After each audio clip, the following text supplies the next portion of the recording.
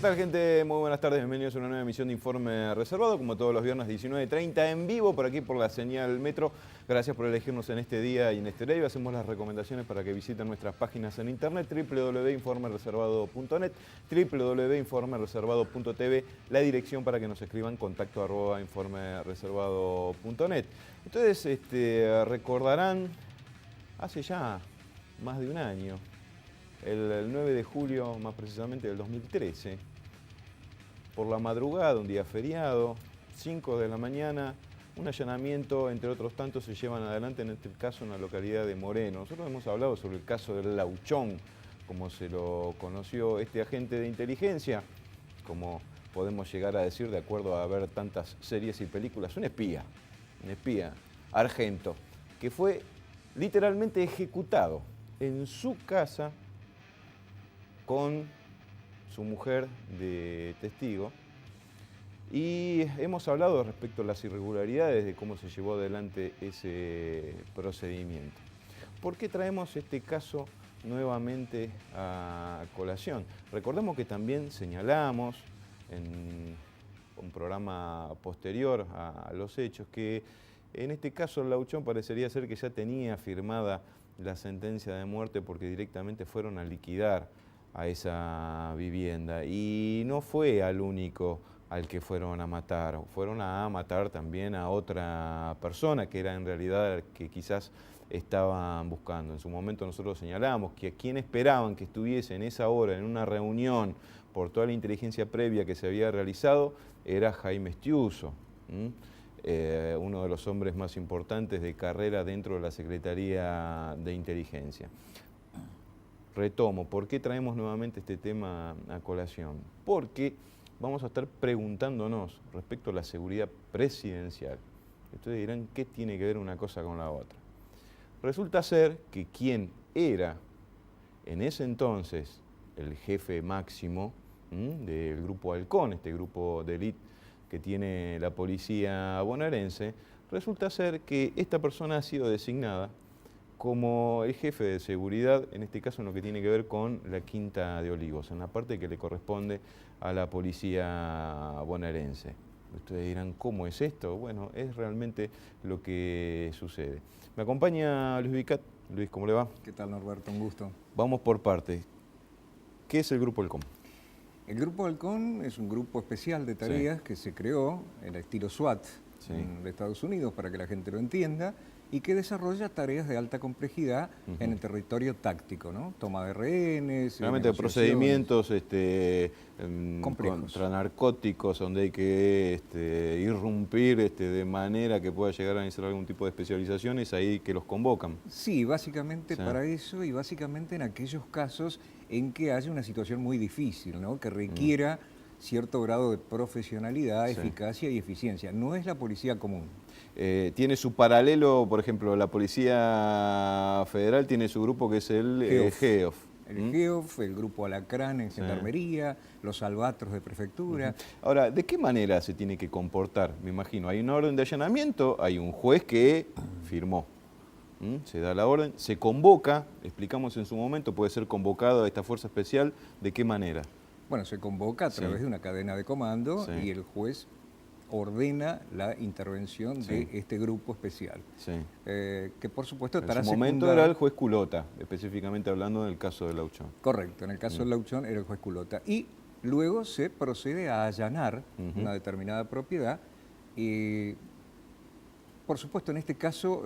¿Y qué protocolo se sigue? Claro, ahí justamente, este es el detalle. Lo que llama poderosamente la atención es que pareciera de que más que un allanamiento, esto me hace acordar al caso Ramallo de Banco Nación, la famosa masacre de Ramallo, porque en realidad estamos asistiendo casi a una masacre, porque se irrumpió en un lugar oscuro, en una casa en donde estaba un agente de inteligencia descansando, se irrumpió directamente, el agente con toda razón puede pensar que lo estaban asaltando, que era una entradera, digamos, de alguna manera.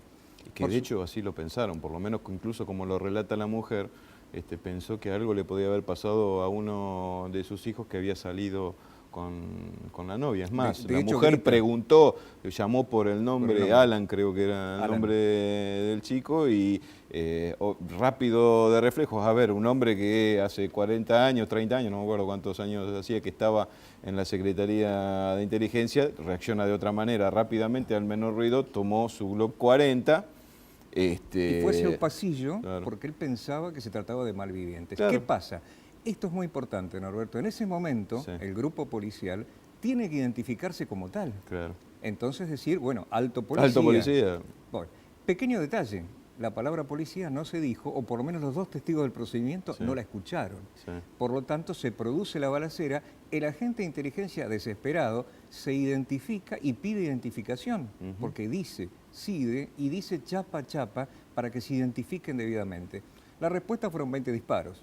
Es un código frente a lo mejor una posición en la que se encuentran dos partes y una no sabe de la otra, que pertenece a alguna fuerza de seguridad, en la jerga se suele identificar como diciendo chapa chapa, avisando. Para evitar lo que se llama fuego amigo, ¿no? Es decir, en este caso... Se muestran las credenciales del caso, la identificación, Y ahí terminó. se ve cómo es la situación. En este caso, por más que no solo gritó chapa chapa, sino gritó CIDE, chapa chapa, la respuesta que tuvo fueron 20 disparos. 20 disparos y, por de los cuales supuesto, 9 impactaron en su cuerpo, y cae el lauchón entrando por un pasillo al baño, y según las pericias, hasta parece que fue en el piso terminado de ejecutar. Por la trayectoria de algunas balas pareciera que tuvo lo que se llama el tiro de gracia, Sí. ¿no? Bueno, esto no es el procedimiento ideal y además se podría entender, y esto me hace acordar un poco a la masacre de Ramallo, en donde policía común ante una situación de toma de rehenes reaccionó mal. En este caso es una fuerza que se supone altamente proficiente, eficiente, entrenada para este tipo de situaciones. Además, lo que tampoco se entiende es el porqué, la peligrosidad inminente que había para irrumpir de esa manera. Porque de pronto, sabiendo que estaba allí, se lo conmina a que se entregue, se toca la puerta, es una orden de allanamiento, vamos a entrar, seguramente no se hubiera resistido para nada, y ahí hubiese terminado todo el problema. Bueno, los hechos hasta el momento fueron esos. Nosotros ahora no es que podemos llegar a plantear algo que pueda revertir la situación. Las balas estuvieron, el muerto está. El crimen se cometió. Hay la justicia que lleva adelante una investigación, tendrá que seguir adelante con los pasos que se deban. El tema es que vuelvo a lo de la seguridad presidencial. ¿Cómo está integrada la seguridad presidencial? O sea, porque intervienen distintas fuerzas. Exactamente. Hay un grupo de gente que es la que acompaña a Cristina hacia todos lados, sus desplazamientos, ¿quiénes lo integran? Lo integra gente de la Policía De la Federal Policía Federal. Argentina, que tiene un oficial jefe a cargo, Claro. y que es la que acompaña en los desplazamientos. Claro, que es la que se entiende es la custodia. Es la la custodia custodia personal y que va con Cristina a todos lados. Luego hay Sí. una custodia de los edificios, en este caso de la Casa de Gobierno, Sí. que es la Casa Militar, Sí. que se denomina coloquialmente Casa Militar, Sí. que está conformado por militares. Sí. ¿no? Están de granaderos y caballería. está el regimiento... Básicamente son Sí. los granaderos. Sí. Los granaderos que además cumplen dos funciones. Escolta de tipo tradicional, Sí. desfilando a caballo y demás, y en la práctica la agrupación presidencial Casa Militar, que es la que custodia y defiende ante un ataque la Casa Rosada. Sí. Y luego hay un tercer anillo, que sería la custodia de la residencia presidencial de Olivos. Sí. Esa custodia está conformada en lo perimetral por la policía bonaerense. Eso le toca a la policía bonaerense, estamos hablando que la Quinta está en provincia de Buenos Aires. Dentro de lo que es propiamente el terreno y la casa, ¿quién se ocupa de la seguridad que está? El perímetro lo Sí. hace... No, el perímetro no, dentro. Bueno, dentro de... Obviamente la si se federal la desplaza- sigue acompañando a Cristina. Si se desplaza la presidenta, Sí. la van a acompañar. Si Sí. hay un dignatario extranjero de Sí. visita también. Pero el Pero territorio... lo que hace, creo que hace un par de años hubo un episodio donde alguien, y nunca se terminó de esclarecer, alguien había saltado la Año cerca. 2004. En este caso, eso le correspondería a la policía bonaerense, que esos hechos no se produzcan. Claro, porque la Quinta Presidencial no tiene extraterritorialidad, es territorio de la provincia Sí. de Buenos Aires. Sí. De ahí que intervenga la policía de la provincia de Buenos Aires. Ahora, evidentemente van a tener la responsabilidad sobre todo lo que acontezca en ese territorio, ¿no? Claro. Ahora, ¿qué ha pasado? Esto según lo reflejó un cable de la agencia ADIN esta semana. La semana anterior, por la pasada, hubo movimientos. ¿Qué quiere decir con movimientos? por ejemplo, se determinó la salida, el cargo bien vendría a ser División, Seguridad, Vigilancia y Custodia Presidencial de Olivos. Eso es lo que diría la tarjeta. Quien estaba a cargo desde 2007 hasta que se produce este cambio es el comisario inspector Walter Casper. Según lo que cita la agencia ADIN respecto a este movimiento, lo toman como un movimiento natural, se producen ascensos, entonces se van haciendo nuevos nombramientos. Y en su lugar, esto no es ni siquiera un cambio que haya pedido la presidenta, ni nada por el estilo. La presidenta, en tal caso, la deben haber notificado. Y pasa a ocupar su lugar el comisario inspector Jorge Luis León, que desde mayo del 2011 es quien estaba al frente, puntualmente es la Dirección de Seguridad Especial Halcón, lo que nosotros mencionamos como Grupo Halcón. León es la persona que estaba al frente, el máximo responsable dentro de lo que es la fuerza. Los responsables políticos son otros. El responsable uniformado del Grupo Halcón al momento de que lo ejecutan a este agente de inteligencia. Esa persona es la que quedó a cargo de la seguridad de todo lo que tiene que ver con el entorno de la quinta presidencial de Olivos. Esperemos que nosotros publicamos un artículo, lo están ustedes viendo de fondo en el plasma, ahora lo ven a pantalla, donde diciendo, por las dudas, que a Cristina Fernández de Kirchner no se le ocurra decir chapa chapa. Justamente. Esto obviamente planteado con toda ironía, porque parece que la gente del Grupo Halcón, cuando escucha chapa chapa, actúa de manera completamente contraria a lo que establecen determinados códigos. Entonces no sea cosa que Cristina tenga algún problema. Y esperemos que a Cristina la hayan notificado, no mostrándole el artículo que nosotros publicamos esta semana en la sección En Foco, sino con otra información, porque incluso también si le llevan este artículo con lo que nosotros estamos planteando y relatamos, repasamos lo que ha sido la ejecución de este agente de inteligencia del año pasado, le puede llegar a agarrar un ataque de caspa. Tal cual, absolutamente de acuerdo. Luis, gracias. Un gusto. Nosotros continuamos en el programa. Recuerden que no hace muchos días atrás estuvimos, incluso nos desplazamos hacia la localidad de Saladillo, porque allí se había cometido un crimen que luego pasó a reunir lamentablemente muchas irregularidades. Y nos desplazamos justamente hasta la localidad de Saladillo para comprender y ver in situ de lo que los abogados que hoy me acompañan estaban planteando. El doctor Walter Baccarini, el doctor Pablo Jaulena Gianotti, que son abogados letrados de Rachid, que es el marido de Marisol Ollanart, quien ha sido asesinada. Hagamos un pequeño repaso. ¿Qué fue lo que pasó con Marisol? ¿Cuándo fue que se cometió el crimen o cuándo aparece el cuerpo, mejor dicho? Esta causa, para un breve recuerdo de los televidentes, comienza el lunes 14 de abril, en horas de la tarde, 15:30 aproximadamente, cuando la señora sale a hacer sus actividades aeróbicas normales. En un tramo del recorrido que realizaba con habitualidad, desaparece. No llega al colegio a buscar a sus hijos menores, la familia alerta entre sí a los miembros, el esposo sale en búsqueda, hace un recorrido breve y atento que no aparecía ni se había constituido en el colegio, entonces directamente va a la comisaría, presenta la denuncia formal, digamos, de desaparición de persona, eso genera una carátula de paradero, y automáticamente, como todo pueblo chico y con gente de bien, la comunidad de Saladillo se aboca a la búsqueda por sus propios medios, convocando a los bomberos, personal policial, la propia familia, amigos. Todos. Durante la noche la búsqueda fue infructuosa. Sorpresivamente consta en la causa que se había ordenado un rastrillaje, con tal uso de terminología procesal. He firmado esa orden de rastrillaje por varios oficiales superiores de la fuerza. Sorpresivamente también, alrededor de las 4:30 de la madrugada, se interrumpe esa búsqueda, ese rastrillaje, y se reinicia a las 7:15. Es de notar que el rastrillaje se realizó específicamente en el lugar donde fue encontrado, a partir de las 7:15, el cuerpo de la señora Marisol Ollanar. Con gran sorpresa para todos los que habían concurrido, porque efectivamente antes habían estado ahí.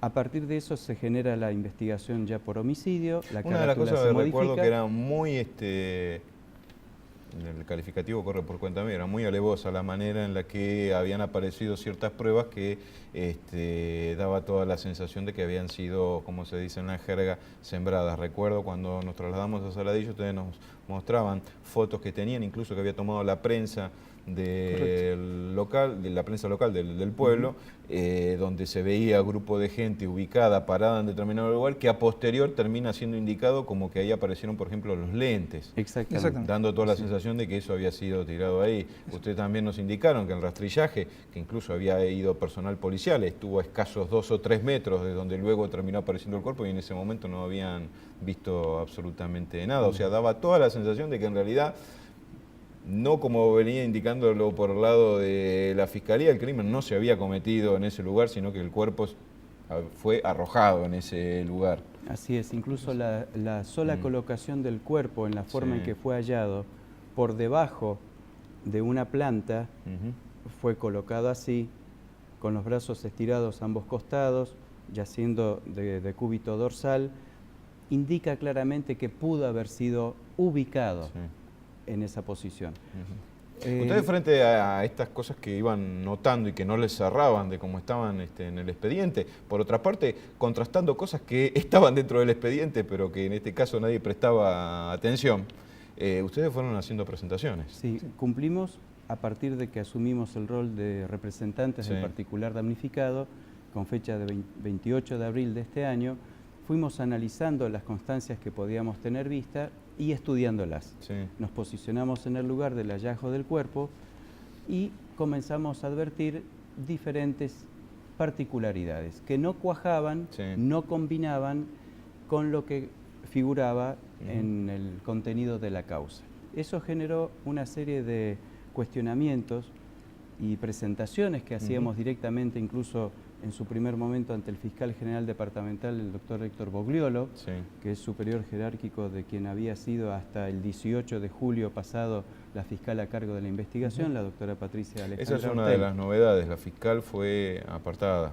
Sí, fue desafectada por el doctor Bogliolo, como lo dije, el 18 de julio. Una de las cosas que me llamó muchísimo la atención y que me parece que muy poco profesional hemos podido observar, creo que después eso fue levantado de Facebook, en la red social del cual la fiscal es titular, o sea, era una cuenta de Facebook de Ortel, hablando de que todos los planteos que se venían haciendo, en este caso por parte de ustedes, hablaba directamente poniéndole el mote de payasada. O sea, me parece que es muy poco profesional y me parece que un fiscal debe reunir otras condiciones como para tomarse las cosas, me da la sensación a nivel personal de la manera en la que se la tomó. Nosotros reiteramos, Ortel. Norberto, lo que siempre hemos dicho. Básicamente no nos interesa tener un cuestionamiento de carácter personal con la doctora Ortel. De hecho, no nos interesa ser su amigo, su enemigo. Nos interesa solamente el cumplimiento funcional. Claro. Ese cumplimiento funcional, a nuestro criterio, no fue el correcto. Como le decía, hemos cumplido con diferentes presentaciones y muy en especial una del 3 de julio de este año, que lo muestro aquí a los televidentes simplemente para que tengan constancia, donde con la firma de los aquí presentes adjuntamos toda una serie de otros escritos al juez de garantías titular del juzgado número 2 de La Plata, doctor César Melazo. Esto fue presentado el jueves 3 de julio. El viernes 4 de julio, en razón del contenido de los escritos reveladores de hechos, el juez de oficio cumplió con su manda legal de mandar a formar una nueva causa penal en atención a la posible comisión de delito de acción pública, donde en principio estaría siendo afectada la administración pública, es decir, el Estado. O sea, una investigación de la investigación. Exacto, correcto. Eso fue el viernes 4 de julio y con fecha 7 de julio, si me permite, fue expedida la carátula de la nueva causa penal Sí. que investiga la investigación y que generó precisamente gran rispidez por parte del trato hacia Sí. nosotros, de parte de la doctora Patricia Ortel. A continuación de esa presentación y carátula, Sí. nosotros tuvimos que realizar una presentación de recusación contra la doctora Patricia Ortel e incluso el doctor Héctor Bogliolo, Sí. porque previamente el doctor Héctor Bogliolo a nuestras peticiones había escrito y fundamentado, de acuerdo a su criterio, que la investigación estaba bien hecha. Ujú. Nosotros cumplimos con la recusación postulándola de la doctora Ortel y del doctor Bogliolo y, oh sorpresa, eso fue presentado Sí. el viernes 11, el miércoles 16 nos enteramos que el doctor Bogliolo fue notificado del incidente de recusación, la doctora Patricia Ortel también, y 2 días más tarde, es decir, el viernes 18 de julio, Ujú. el doctor Bogliolo, desafectó a la doctora Ortel utilizando una terminología que mínimamente genera bastante dudas sobre su conformación gramatical, porque se refiere a los términos de Sí, yo lo voy pérdida de lo objetividad. voy a citar textualmente. Habla de pudiendo afectar la objetividad, como así también evitar, a la hora de hablar de la desafectación, evitar una posible violencia moral de la hasta aquí señora agente fiscal doctora Patricia Ortel. En este caso, Ujú. uno La lo puede interpretación interpretar. que da la redacción gramática Claro, Es indica abierto. que los destinatarios de esa violencia moral son ustedes. seríamos Sí. nosotros Ujú. y no la doctora Patricia Ortel. Lo cual hay que aclarar y nuevamente reiterar que nosotros no hemos denunciado penalmente a la doctora Patricia Alejandra Ortel, sino que ha sido el juez de garantías Ujú. quien de oficio formó la nueva causa, atento el cúmulo de irregularidades y Sí. hechos que podían constituir delito de acción Ahora, pública. caballeros, Una línea en volviendo puntualmente al tema de lo que fue el crimen y las cosas que ustedes señalaban en cuanto a irregularidades, ustedes estaban diciendo, miren, este cuerpo lo pudieron Sí. haber puesto acá, esta prueba la sembraron, esta irregularidad, esta otra. ¿Alguien, además de ustedes, prestó atención en Bueno, eso? esa es la crítica que quiero hacer una salvedad y un paréntesis Sí. a lo que acaba de decir Pablo. Nunca hemos puesto en juego o cuestionado la honorabilidad de la doctora Patricia Ortel. Ahora bien, opinamos diferente respecto a cómo ha manejado Ujú. esta causa. Vamos a mostrar algo en el cual hemos pedido autorización Sí. concreta al señor Rachid, que obviamente no estén los hijos mirando, Sí. son fotos que nunca hemos exhibido, son fotos bastante fuertes, Ujú. porque el propio expediente refiere que Marisol Ollanar está quemada. Ujú. Ha sido quemada.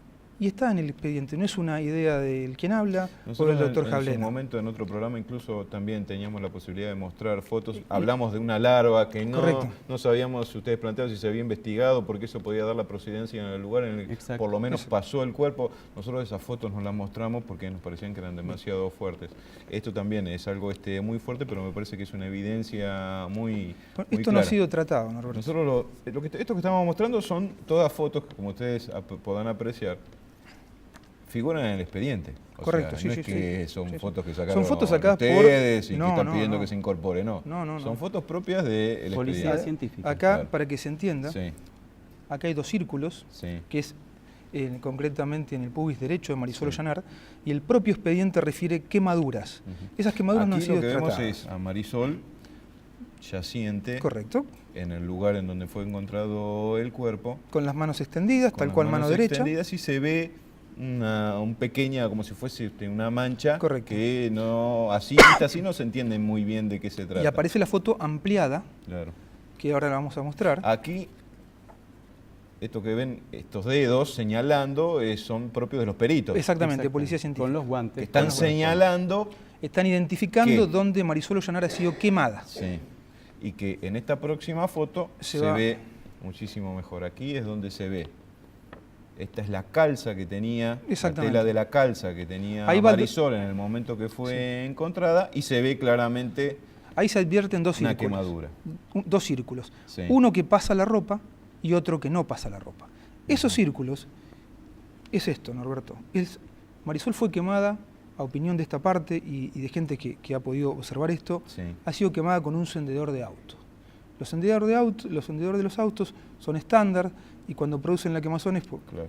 fíjese, los dos círculos, hay uno que pasa la ropa y la calza y otro que no pasa. Esto es como si hubiesen aplicado un Exactamente. encendedor en dos oportunidades, porque se ve claramente en la foto, bien delineado, Exacto. dos círculos. Fundamentalmente aquí es donde se nota más uno sobre otro. Exacto. Uno pasa la ropa. Uno queda en la quemadura de la tela, Exacto, correcto. que vendría a ser este. Exacto. En el otro, esta pequeña mancha que vemos aquí, esto ya es una quemadura de la piel. Sí, bueno, esto no es solamente la única referencia que existe en el expediente y después... ¿Esto qué quiere decir? Que, a ver, primero, si como se sostenía en la investigación, Marisol fue asesinada en el lugar donde encontraron el cuerpo, que alguien explique cómo llegó un toma de 12 volts, porque los encendedores Son de de autos 12. funcionan con 12 volts, como la batería de los autos, cómo llegó un encendedor y aparte plenamente caliente en el mismo lugar donde fue Plenamente encontrado caliente, sí. Sí. el cuerpo. Esto quiere decir que estas quemaduras fueron infringidas, al menos arriba de un Y vehículo. cuando estaba viva, hay que reconocer eso, cuando Sí. estaba viva Marisol. Y obviamente en una posición yacente, Sí. porque si usted mira la foto, no hay pliegues. Claro, está en la tela calza. está la tela extendida, Exacto. bien estirada. Entonces, lo que sostiene el Ministerio Público, lo que sostenía la doctora Hortel Sí. respecto a la imputación del señor Bianchi, nosotros como parte y representante del señor Rachid y de sus hijos, lo ponemos en duda. Este Sí. es uno de los tantos ejemplos que tenemos. Y esta es una foto muy fuerte que la teníamos hace bastante y ante la autorización del señor Rachid y en este escenario que tenemos, ojalá, y así va a ser, el nuevo fiscal, que es el doctor Marcelo Romero, seguramente esto al menos... Claro, yo por eso planteaba. Alguien se va a preguntar cómo fue esto, no cómo solamente sucedió. se hacían preguntas viendo el lugar, sino que El analizando propio expediente. analizando propio las expediente. mismas La propia fotos, las prueba. fotos de los anteojos que ustedes nos señalaban, Correcto. de los cristales, ustedes los aparecieron dentro del mismo Dentro del mismo expediente. Un montón de preguntas que surgen de un expediente que todavía sigue hablando y sigue hablando planteando interrogantes. Y alguien va a tener que interesante aclarar las que dudas. alguien por parte de la justicia tome esas preguntas y también se las haga. Caballeros, seguimos en contacto. Muchas gracias. Muchas gracias. Hasta la próxima semana.